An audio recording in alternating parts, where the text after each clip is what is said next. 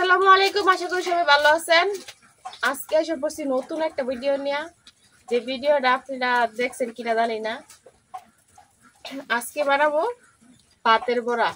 রাতে ভাত রান্না করছিলাম, অনেকগুলা বাসি ভাত, দেখি ঘরে সকালে যায় দেখি অনেকগুলা ভাত আছে। তো ভাতগুলা ফালাই দেওয়ার কি দরকার, এই ভাতগুলো মনে করলাম যে কাজে লাগাই। আবার একটু একটু বৃষ্টি পড়তেছে, বৃষ্টির দিনে কিন্তু বাজি পোড়া খাইতে মন চায়। এই জন্য আজকে ভাত দিয়ে বানাই ভাতের বড়া। এই বড়াটা কিন্তু আমি কখনো নিজে বানায় খাই নাই, আমার বোনের কাছ থেকে শিখা। আমার বোনে সবসময় বানায় খাওয়াই, তো ভাত করে যখন ভাত বেশি থাকতো তখনই ভাতের বড়া বানাইতো। এই ভাতের বড়াটা বানানোর লেগে লাগবো পেঁয়াজ রসুন। এখন আমি পেঁয়াজ রসুনটাকে ছেঁচে নিলাম। এই যে আমি আগে থেকে পেঁয়াজ রসুন ছিলাই রাখছি, এখন পেঁয়াজ রসুনটা ছেঁচে নিলাম।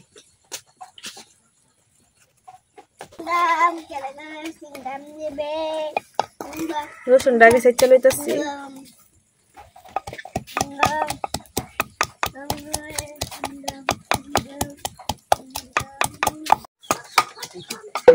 রসুনটা কিন্তু শাসা হয়ে গেছে, এখন আমি পেস্ট ছেঁচে নিলাম।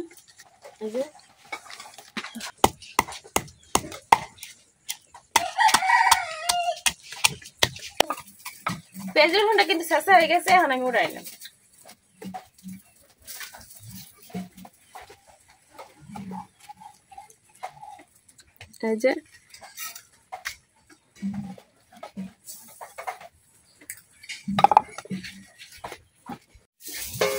এই বড়াটা বানানোর লেগে লাগবে কিন্তু চালের গুঁড়া। এই যে আমি চালের গুঁড়া দিয়ে দিতেছি।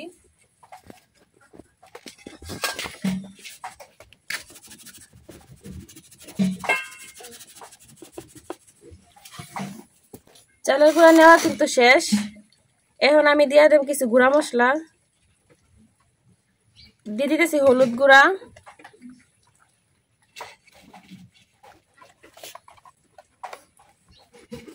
ধনিয়া গুঁড়া,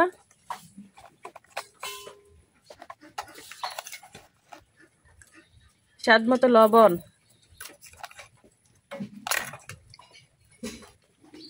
একটু মরিচ গুঁড়া। এখন দিয়ে দিতেছি ছেঁচে রাখা পেঁয়াজ রসুন।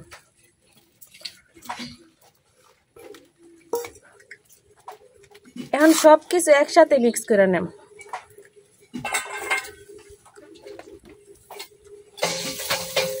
অল্প অল্প পানি দিয়ে একটা ডো বানাইলাম।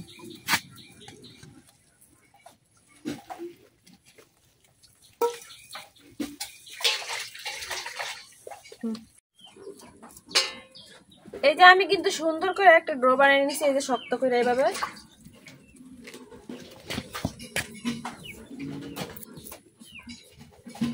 এটা কিন্তু দেখে বুঝাই যাচ্ছে না যে এটা ভাত দিয়ে মাখছি আমি।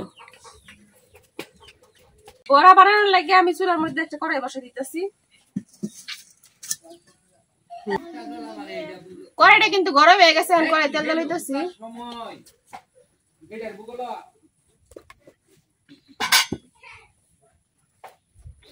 তেলটা কিন্তু গরম হয়ে গেছে, আমি একটা একটা করে ভাত বড়া দিয়ে নিতেছি। এই বড়াগুলো কিন্তু খাইতে অনেক মজা।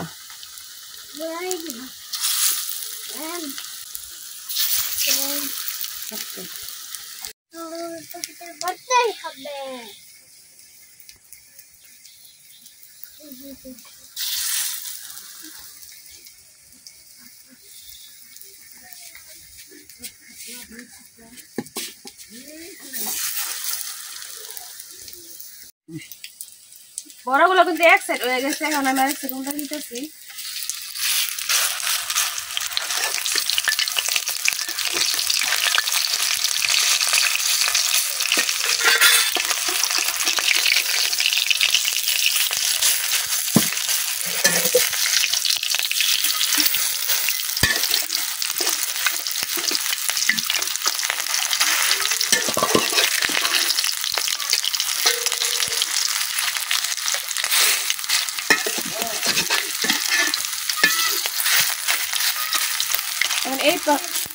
এখন ওই পাশটা আমি এরকম লাল লাল করে ভাজা নিলাম।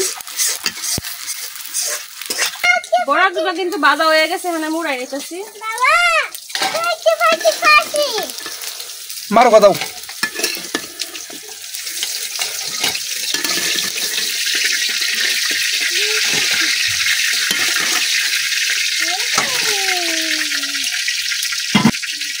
এখানে কিভাবে আবার বড়াগুলা দিয়ে লইতেছি।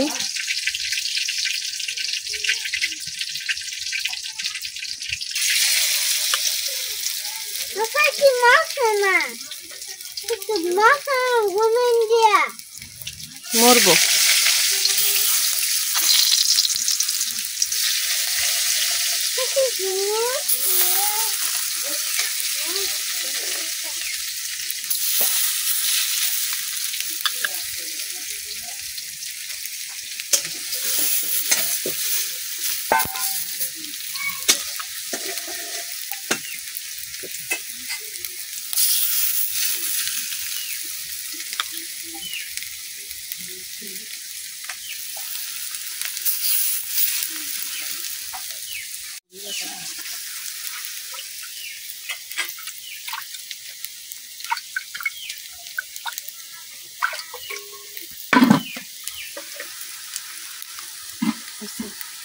এই বড়াগুলো কিন্তু এক সেট হয়ে গেছে। এখন আমি উল্টা দিতেছি।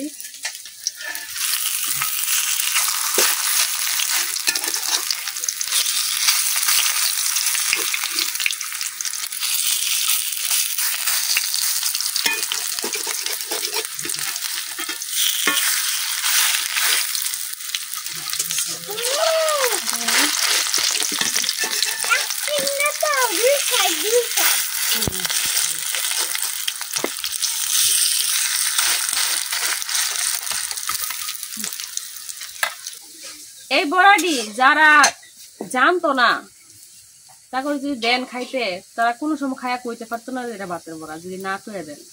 এই বড়াগুলো কিন্তু খাইতে অনেক মজা। এই বড়াগুলো কিন্তু হয়ে গেছে। এখন আমি উড়াই নিতেছি।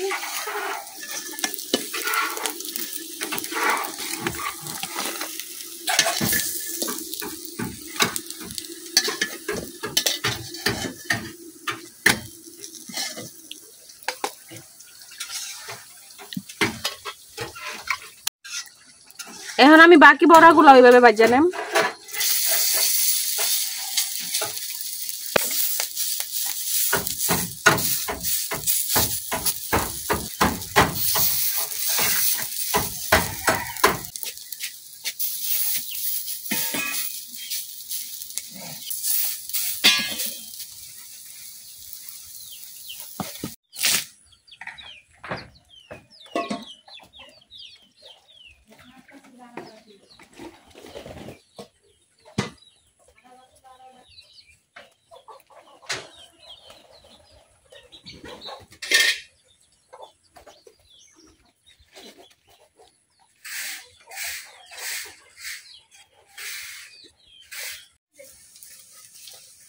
বড়া বানানো কিন্তু শেষ। এই 3টা বড়াই আসছিল শেষ লাস্টে।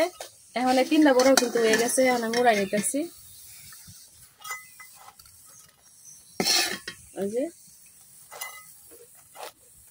শেষ, এখন খাওয়ার পালা।